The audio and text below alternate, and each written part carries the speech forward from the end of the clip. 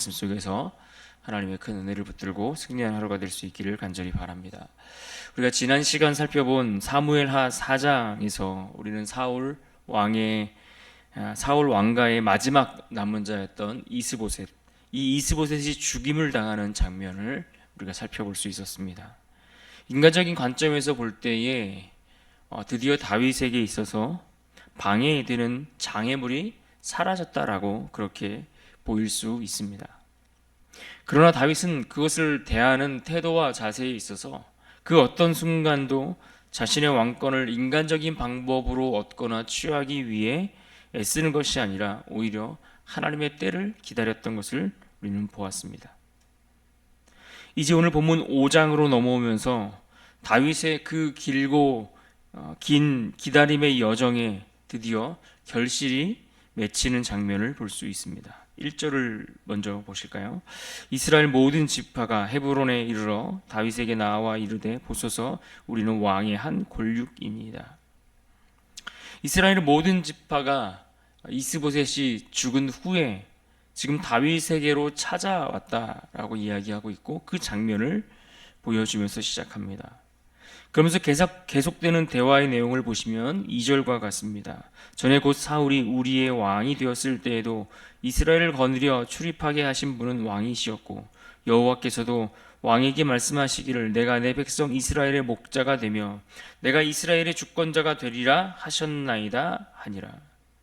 이스라엘의 모든 지파들이 다윗에게 찾아와서 어떤 말을 건네고 있습니까?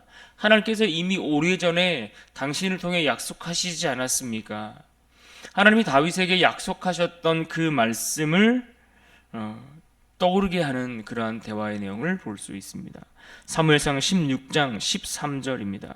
사무엘이 기름 뿔병을 가져다가 그의 형제 중에서 그에게 부었더니 이날 이후로 다윗이 여호와의 영에게 크게 감동되니라. 사무엘이 떠나서 라마로 가니라.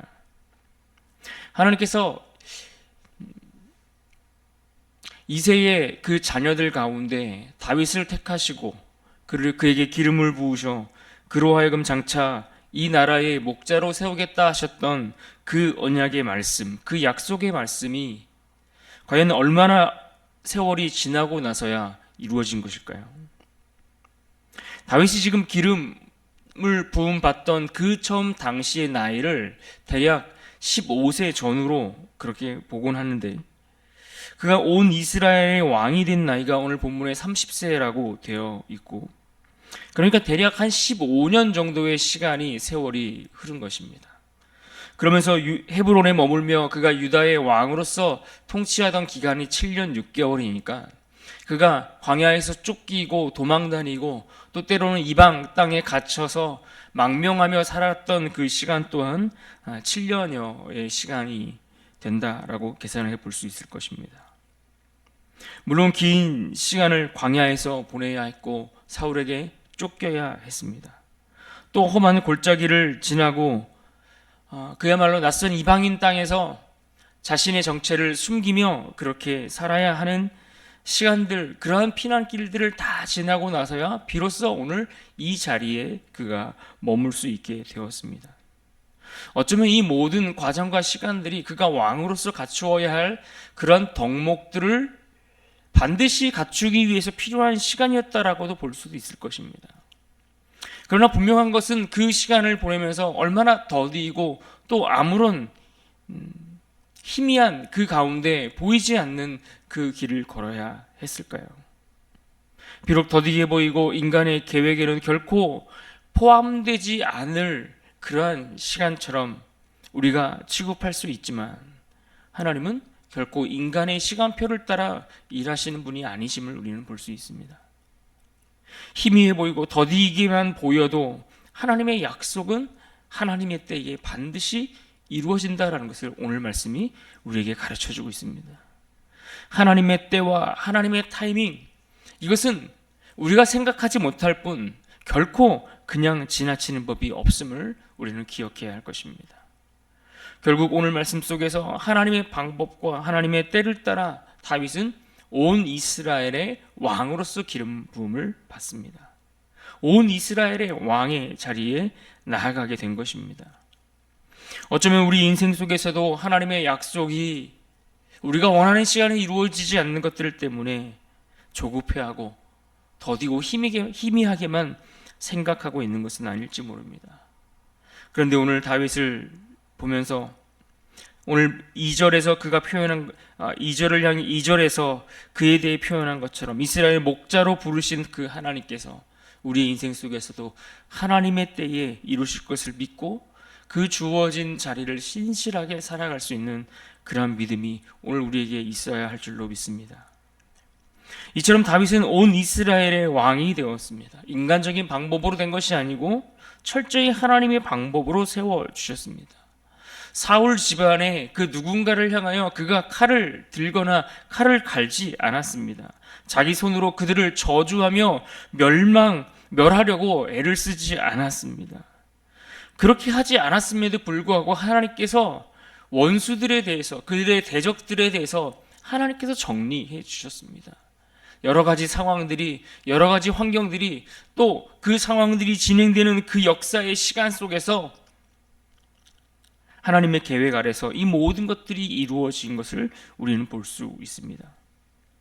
그런데 오늘 본문 속에서 이 다윗이 그렇게 온 이스라엘의 왕이 되었음에도 불구하고 여전히 보여주는 그의 신실한 태도를 통해서 우리가 참 그의 태도 속에서 아름다운 모습들을 보고 또 본받고 도전은 받아야 할 것입니다.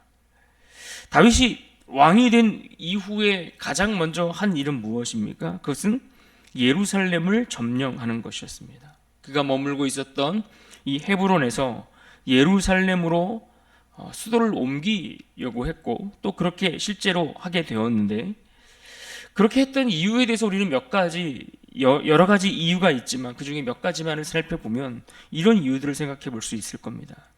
먼저는 온 이스라엘을 놓고 볼 때에 헤브론에 머물러 있는 것은 너무나 그 위치가 일단 남쪽에 위치하고 있기 때문에 그렇다라고 볼 수 있습니다. 그에 비해 예루살렘의 위치는 온 이스라엘을 치리하기에 매우 적합한 위치에 중심부에 있기 때문에 그런 일들을 행했다라고 볼 수 있습니다.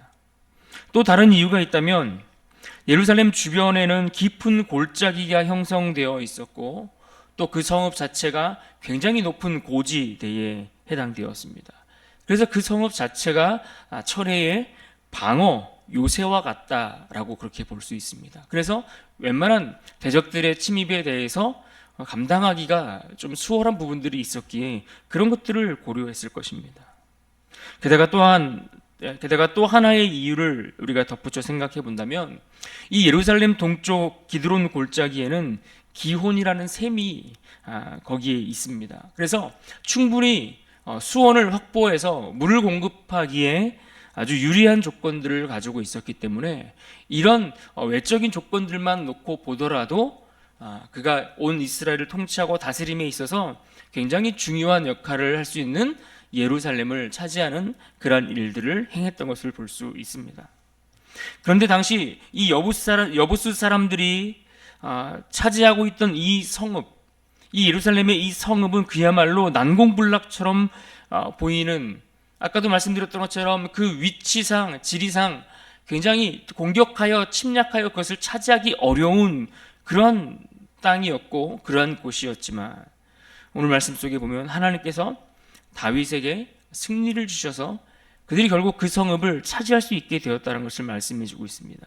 그래서 그것을 표현해 주는 말씀이 10절에 나와 있는데 이렇게 말씀합니다. 만군의 하나님 여호와께서 함께 하시니 다윗이 점점 강성하여 가니라. 하나님께서 온 이스라엘의 왕이 된 이후에도 다윗과 함께 하시면서 그를 강하게 해주셨다는 것입니다.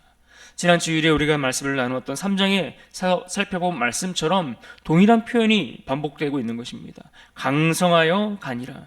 단번에 강성해진 것이 아니라 점진적으로 매일매일 조금씩 더 강해지도록 하나님께서 그와 함께 해주셨다라는 것입니다. 스스로 강해진 것이 아니라 하나님이 그를 강하게 해주셨습니다.